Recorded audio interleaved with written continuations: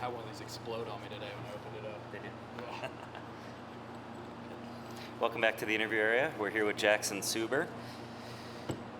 Just talk us through what you've been through. You obviously got into the field on Tuesday, and now you're 1-under at the U.S. Open. How's that all feel, and what's going through your mind? Yeah, it's been a crazy couple weeks. I mean, going into the qualifier, I missed 4 cuts in a row, and I felt like I was playing good golf, but just things weren't happening. And in that qualifier, I had like a 6-footer on the last hole to get through it, ended up missing that, or to get to a playoff and missed that, and then went into the playoff and was pretty bummed, but ended up on the 3rd hole making like a 50-foot putt for birdie when my opponent missed like a 4 or 5-footer, and it was just, I kind of thought I had lost it, and so it was very it was a very roller coaster week, just like this has been. I mean, I've heard that I had a chance to get in, almost be last man in the field, and then ended up being first alternate, which with how things shook down at Memorial. So it's just been a roller coaster, and then to see hear John Rahm's withdrawing and then pulling out, and it's just Tuesday I didn't sleep very well, but after getting that news, but I've kind of calmed down, and after the first couple holes I've really felt at ease, and my caddies helped me out a lot, just stay very patient and calm, and it felt like a normal golf tournament after the first couple holes. Yeah, and getting in the field the way that you did, do you feel like you're sort of playing with house money now, or are you here really to compete now that you're in contention? No, I mean, just every golf tournament's the same. If I'm playing in a mini tour event or a Corn Ferry Tour or a major, just trying to play as good as I can and not really thinking about where it puts me or anything external. Open up to questions, front right. Hi, Jackson. I don't know if you can tell us... Can't hear. Sorry.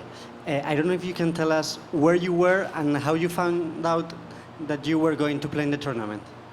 Yeah, I was on number 8, and I got a tip from someone. I'm not going to name them, but they said Rahm was pulling out, and so I wasn't sure yet, but I was freaking out, and number 8 and 9 didn't get much done in my practice round, and then when we were on 9, it started getting announcements, and my phone started blowing up asking me if I was getting in, and then I called Reese from the USGA pretty quick and said, tried to figure out what was going on and if I was going to be playing, and that was just a really cool moment, especially to get figure out I'm getting in the tournament out on the golf course, and then be able to call my family and people around me that helped me out so much. It was a really special moment.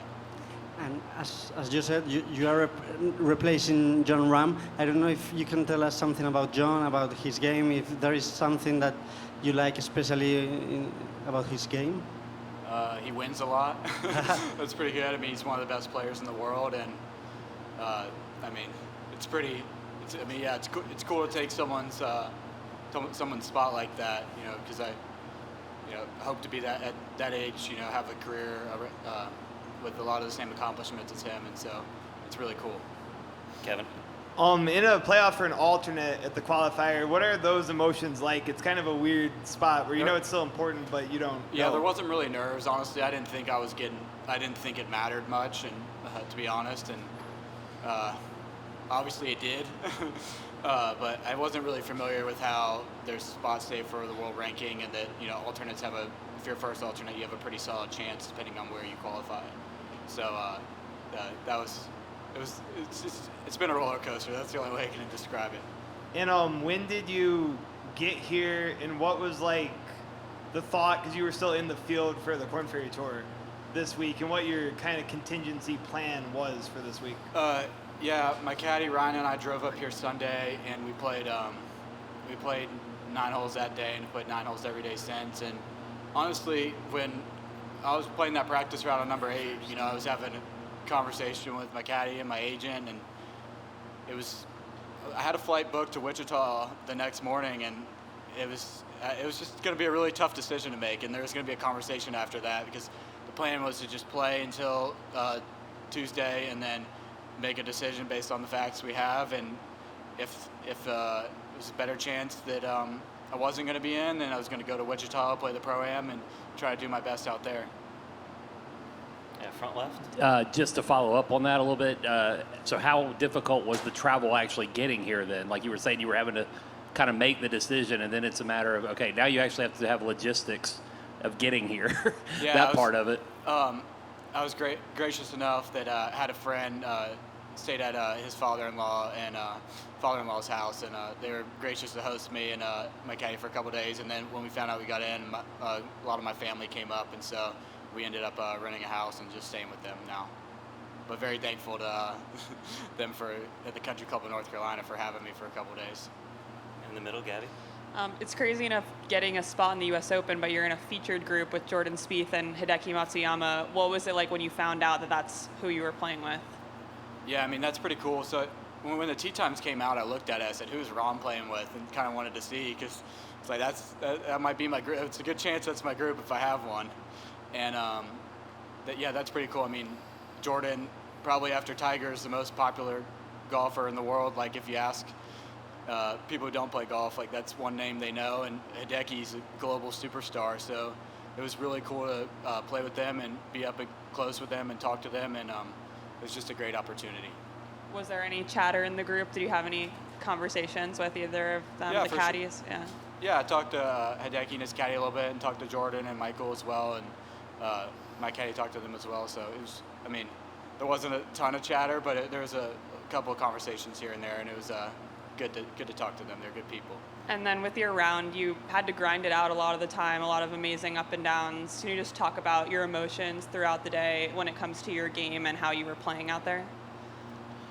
Yeah, I mean, it was, I mean, I'm sure I'm pretty tired right now. I don't know if I feel it, but it was, after the first hole when I got up there, I was really nervous. And then after bogey on 2, I kind of settled in a little bit, and then had a great shot on 3, made birdie there. And then it started to feel like a normal golf tournament. And I kind of hit a rough spot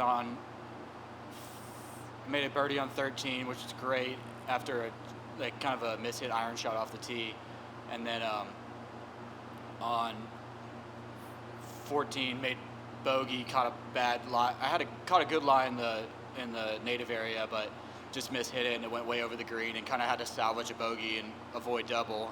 And then, but it was fine after that. I felt good. And then the next hole, I missed like a 3-footer for par. Just kind of hit it a little too hard, but I stayed very patient. Took my time on the 4.5-footer after that, and rolled it in, and then kind of kept a good mindset. Made a great birdie on 16, and then finished with those 2 pars. So it was definitely there was good and bad moments, but I felt like I stayed pretty level and didn't let either emotion get the best of me.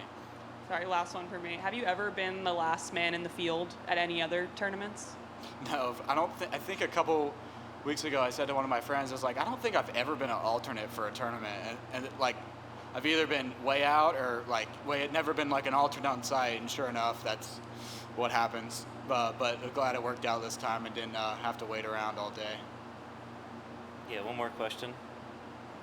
If you have to describe your feelings to play your first major, what do you say? Yeah, it's incredible, and to play at a place like Pinehurst at a U.S. Open, I mean, couldn't really. I mean, it's incredible. That's the only way I can really put it. And to come out of that tunnel and see all the people and like all the way up and down the fairway, it's just really cool, especially at a golf course like this with the history it has and the difficulty of it. One final question, Kevin. What's it like just in general, just this, like having a press conference at the U.S. Open in a week where you're practicing and you don't really know, like, you're kind of here and it's got to be kind of weird that you don't know if you're going to get to play even though you're here practicing and everything. What do you mean exactly? In terms of, like, is this surreal at all? I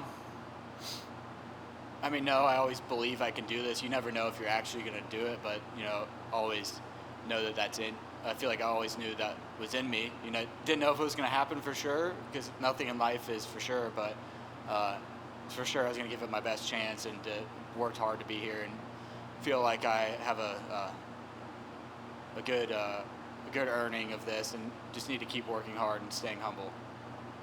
Thanks, Jackson. See you tomorrow. Yeah, thank you all.